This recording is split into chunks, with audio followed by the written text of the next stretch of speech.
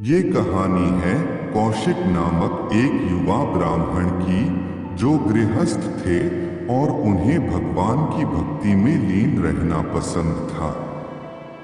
उन्हें एक दिन लगा कि भगवान की उपासना और भक्ति गृहस्थी में रहकर नहीं की जा सकती है। इसीलिए वे एक दिन अपने माता पिता को छोड़कर वन में साधना करने के लिए चले गए। उनकी कठोर तपस्या ने उन्हें दिव्य शक्ति प्राप्त हो गई थी। एक बार वे एक पेड़ के नीचे बैठे थे, तभी एक चिड़िया के जोड़े ने उन पर बीट कर दी तो उन्होंने उसे भस्म कर दिया। एक दिन कौशिक गांव में भिक्षा मांगने के लिए एक घर के सामने खड़े रहे और भिक्षा के लिए आवाज लगाई। उस घर की गृहिणी अपने बीमार पति को औषधि दे रही थी, इसीलिए उसे भोजन लाने में देरी हुई। जब वह गृहिणी भोजन लेकर घर के द्वार पर आई तो उसने देखा कि भिक्षुक का चेहरा क्रोध से लाल है। वह गृहिणी विनम्रता से बोली, महाराज मैं अपने बीमार पति की सेवा कर रही थी, इसीलिए आने में देरी हो गई। उस गृहिणी के इन शब्दों का कौशिक पर कोई प्रभाव नहीं पड़ा। वह क्रोध में बड़बड़ाते रहे। अब गृहिणी का धैर्य जवाब दे गया। वह कौशिक से बोली, महाराज आप गुस्सा क्यों करते हो?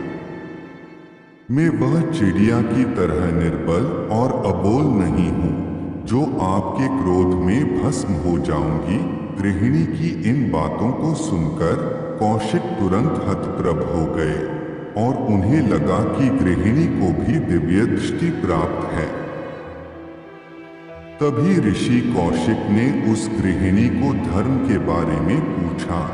गृहिणी बोली, मैं सिर्फ किसी भी प्राणी मात्र और जीवों की सेवा करने को ही धर्म मानती हूँ। मेरे लिए पति की सेवा ही सबसे बड़ा धर्म है। और अगर आपको धर्म क्या है जानना है, धर्मव्याध के पास जाए। ऋषि कौशिक ने देखा कि धर्मव्याध बड़े लगन से अपनी माता पिता की सेवा में लगे हुए थे। उन्होंने धर्मव्याध से पूछा कि धर्म क्या होता है? धर्मव्याध बोला, किसी भी जीवित प्राणी की सेवा करना ही मनुष्य का परम धर्म होता है।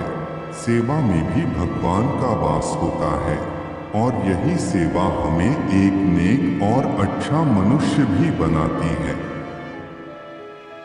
धर्मव्याध की बातें सुनकर ऋषि कौशिक को अपने निर्णय पर पछतावा हुआ जो उन्होंने भगवान की उपासना के लिए उन्होंने अपने माता पिता को छोड़ने का निर्णय लिया था। कौशिक अब अपने घर वापस लौट आए और उन्हें सेवा का महत्व समझ आया और अपनी माता पिता की सेवा करने लग गए।